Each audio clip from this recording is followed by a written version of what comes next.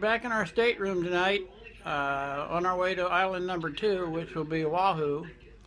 We're supposed to arrive there tomorrow morning at about 6:30, and we'd hoped to be able to go out to the Arizona Memorial, but it's kind of iffy right now because if you don't already have a confirmed reservation to get on it, they only allow so many people, and we may or may not be able to get on it. But if we do, it'll be on somewhere later on in the video. And thanks for watching in, and we'll see you in a little while.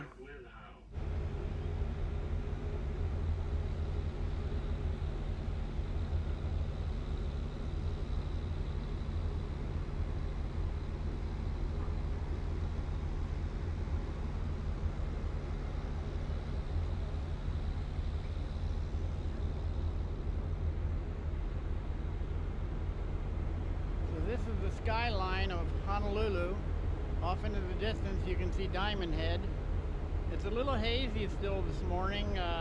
It's pretty early, and we expect most of this haze to burn off before the day is over, so it should be a very nice day here.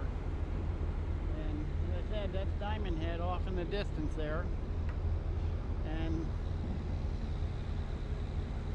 downtown Honolulu. And the Koolau Mountains are off here in front of us. We won't be going up there today.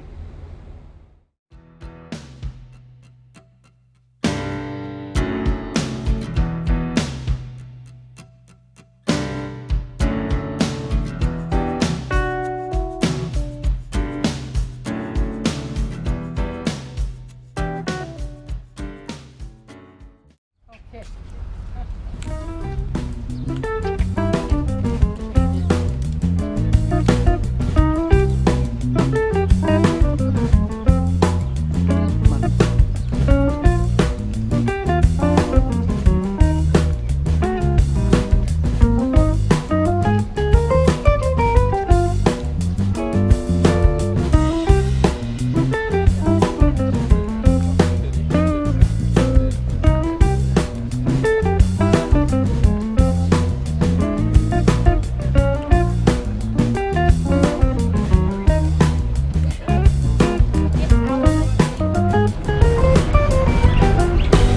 When you come to visit the Pearl Harbor Memorial, you're not allowed to take any backpacks or anything into the memorial, so you have to pay to store them. It costs $3 to store your baggage.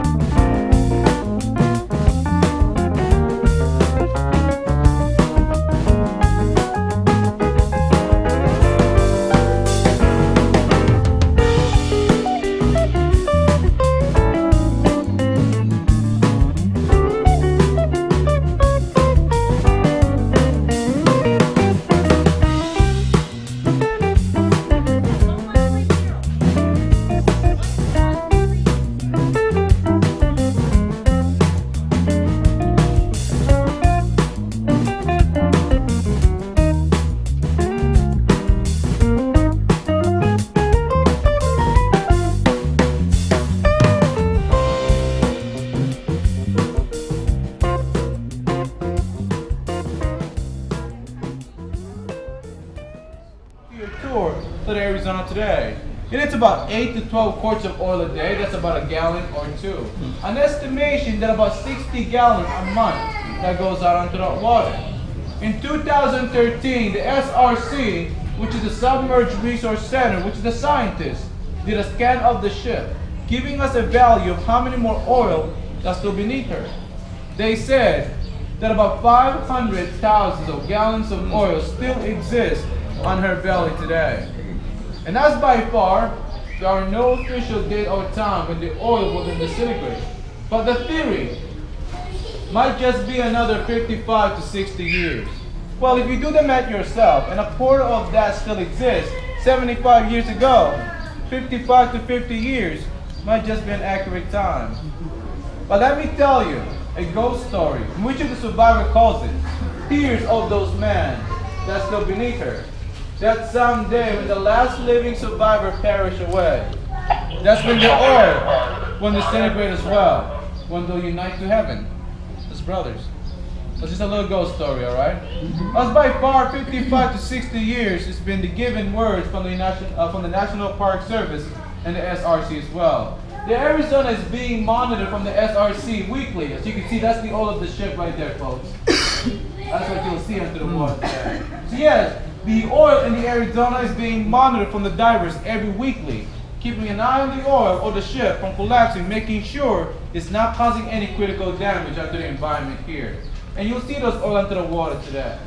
Now, the second most common question that I get asked every single day is why was the Arizona the only fallen ship to be memorialized? Let's not get this mistaken now. The Arizona was not chosen. There were no options but to keep it as a memorial instead. And because of the struggle of identifying the bodies, from the impact of the explosion as the man trapped onto the belly of the ship, the bodies burned and disintegrated. Not a whole body was found, not even a dog tag. But yes, they had gone through the process of only recovering 200 and plus parts of body. But unfortunately, those 200 was not even identified. They were all cremated and placed into another cemetery at Honolulu at Punch Bowl, onto their tomb today, with no names. They kept it as unknown as the USS Arizona servicemen. And that is why out of the 1,177 crew, it is now the 989 final resting place.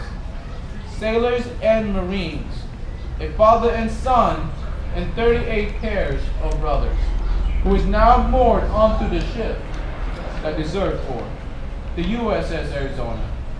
The other thing that a lot of people didn't know about the Arizona is that she was supposed to go home later that month. Have you ever wondered why there were so many of them onto their ship at that time, on that early morning? Of course, excited to go back home to see their family. But they were not expecting December 7th. They were lost, just in a blink of an eye. From a lucky piercing bomb that landed to the bow, 500,000 pounds of ammunition exploded from the inside of the Arizona. Instantly, the Arizona slowly sank less than 9 minutes. At 7:58, that's when the Arizona touched the ground, laid to the anchor that she was docked at that time, 38 feet onto the water today. Ladies and gentlemen, this is the Arizona today, a place of honor and respect. So never forget that, please. Today you'll be taken to a journey to the past that takes us all where we stand as brothers and sisters. So never forget that. Now, on behalf of the National Park Service and the United States Navy, we welcome each and one of you, and we thank you for joining us today on a very special place. It is an honor to have each and one of you here, and especially remembering that day. And I'm going to tell you now, folks, it is going to be a journey, and I hope you all appreciate it. Mahalo. Thank you.